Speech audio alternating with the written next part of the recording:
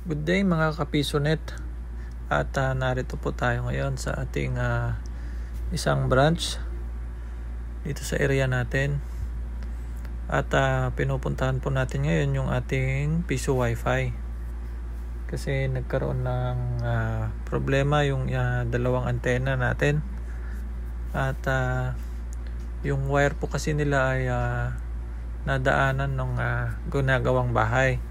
So kailangan nating ilipat para maiayos natin ng pwesto, at saka para mailapit din nating mabuti sa mga client natin, sa mga users natin doon sa area.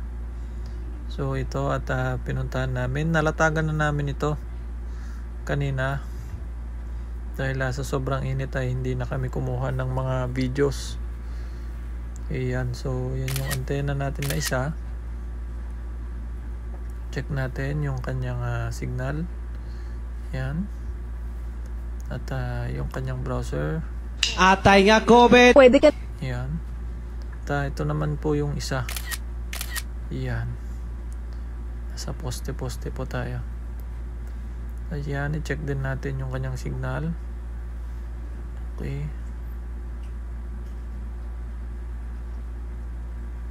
At ito yung kuha lang natin kanina. Papyaw lang kasi sobrang init nga. So yun lang po, nice ko lang i-share yung ating journey sa aming mga PisoNet at Piso Wifi.